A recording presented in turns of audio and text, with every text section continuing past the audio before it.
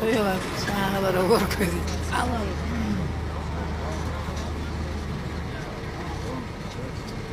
Telefon almak olmaya diyor. Ayıp.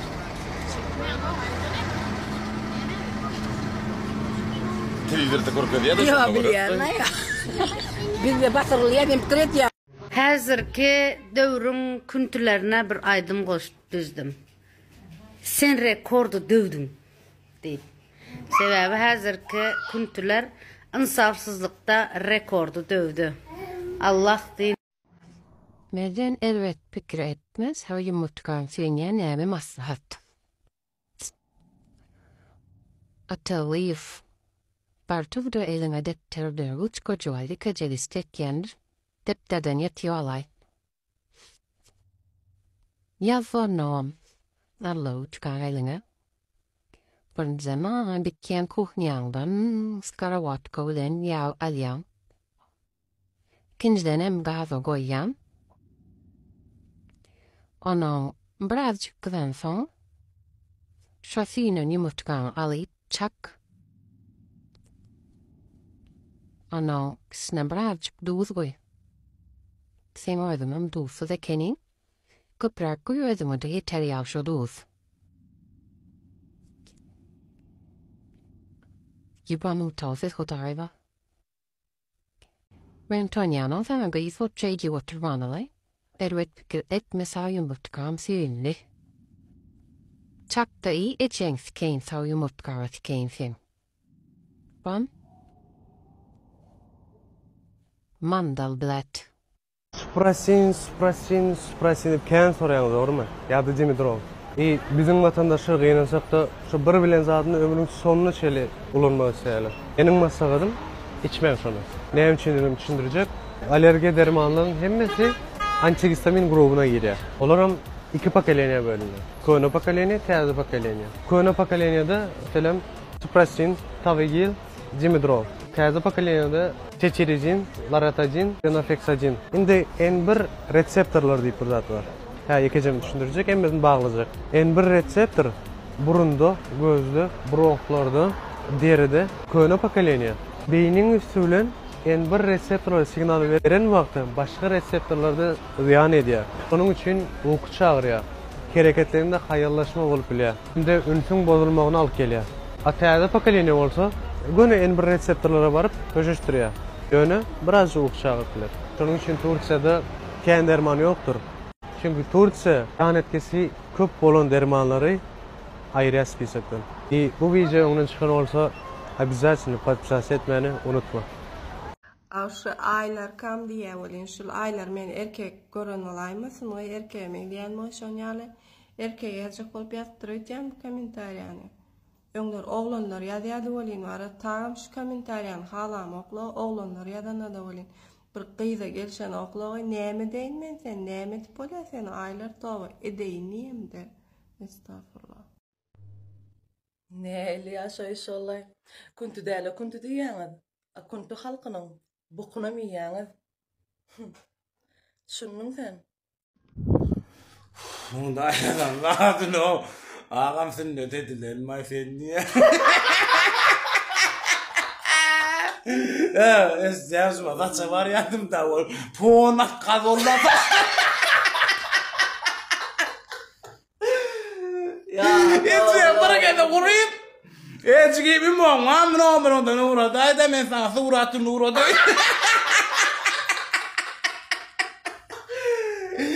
Yok tuvay ma da settin o gengtan gorama o. Munda ya da no.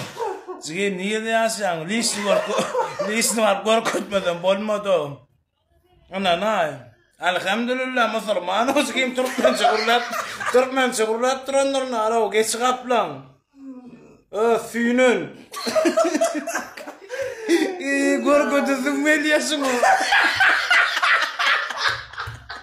İlk TikTok'ta günlerin soktunuz bana vermez. İndi linka da geçtiğinde linkte bir zat doyanın bana vermez dinle bana vermez. Allah can daycan bulli dinle yapayın aşk trendiniz yapın.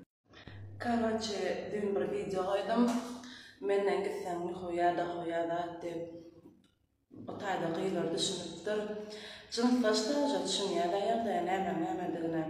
Kolla ki ayana käbir aňyza beyni çüýren erkekler var, akylly sırapdyrlar. Nerede şu TikTok'daki akıllı erkekler hakyky durmuşda nerede? Ha? Nerede? Ne için berde akıllı sırayaman? Ya da öýlenenler garrygurlar ama içinde şu anda çel eşitlikler ya söýleýärmi?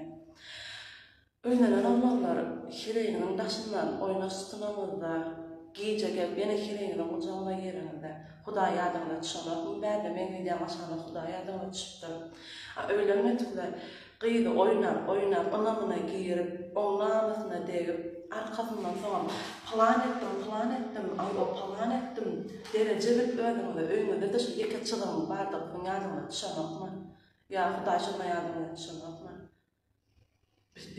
Bu derecede kurtaran olmayayım ya, bitirmin yap olmayayım.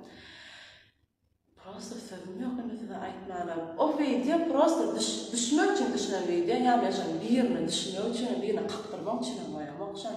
Prosta ulanmış bir sözleri bol ve akıllı sıra. O emma kim ya açıp oynadık videoda şu tam oynak verirler. Aslında kutumunu kısıp like basın demekçeğini bilemem. Kuturam olmayalım beyler. Daha sağolun. Selam. Abi bu yerden seyret. Abi bu taydana. Ah şu giryana TikTok'a. Karoçi şu internet platformlarına giryana men. Atlarını bilemek şu atlarını son yardımda çırvaydı. Dine başlayalar bana Facebook'un var mı? O ne mi denen bilemem. Facebook'un var mı? Twitter'ın var mı? Twitter ne mi oluyor la? Bizim dil mi doğurlu la? WhatsApp'ın var mı?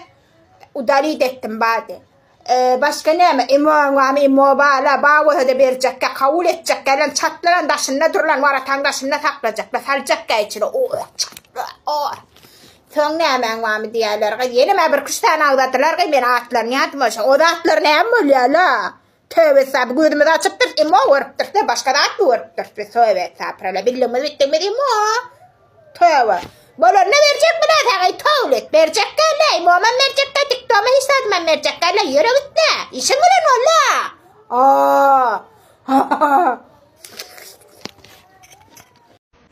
Her zadın bir öz yeri var, Balkanam varsın, Mara varsın, Levap, Daşoğuz, Şahar, Libayerem varsa Türkmenistan'ın içi tay yoktur. Türkmenistan'a şan için millet parasçılık etmeliyim. Yine dün 6. mikrorayonun klas konuştum marketinden alıp 2020'sin haylandır çıktı. Munkudanım fantasından işte bir munkam neyme öküz kelle mi? Öküz kelle çıktı munkudanım. Klas kola sağ olun. Bildiğin zat gerekken ekonomlu varyant bul. Artık olmasın, siz de Hudaý yetirsin. O klas kola çıktı ruhtuğu. Yine 5 saniye. Yine 5 saniye. Yergalardır hovlukum. Sağ olun klas kola. Yürü. Dün gelinin bir yere gelipdir. Bana seyretti ya. Beni bana seyretti. O bana seyretti ya, beni ona seyretti. Neyse. Oturdu geçti. Baktı. Benim bardım yanımına. Dedim nemize kadıtyan deyip. Vıy dedi. Sen neydi garson mu berdi dedi. Bana gönşeydim. Benim ettim de. Hava dedim önce dedim. Garson ben dedim. Me reklam etken olayın ara. Öz kafeyim mi kadir öğüttüm deyip. Benim önce dedim hava öz kafeyim dedim. Öz kafeyim oldu neyim için garsonluk etken diye. Garsonluk ayıp mı da? O garsonluğu ekene. Mene gidip arkada kahvam yuyan gerek oldu. Öz işinden adam utanır mı?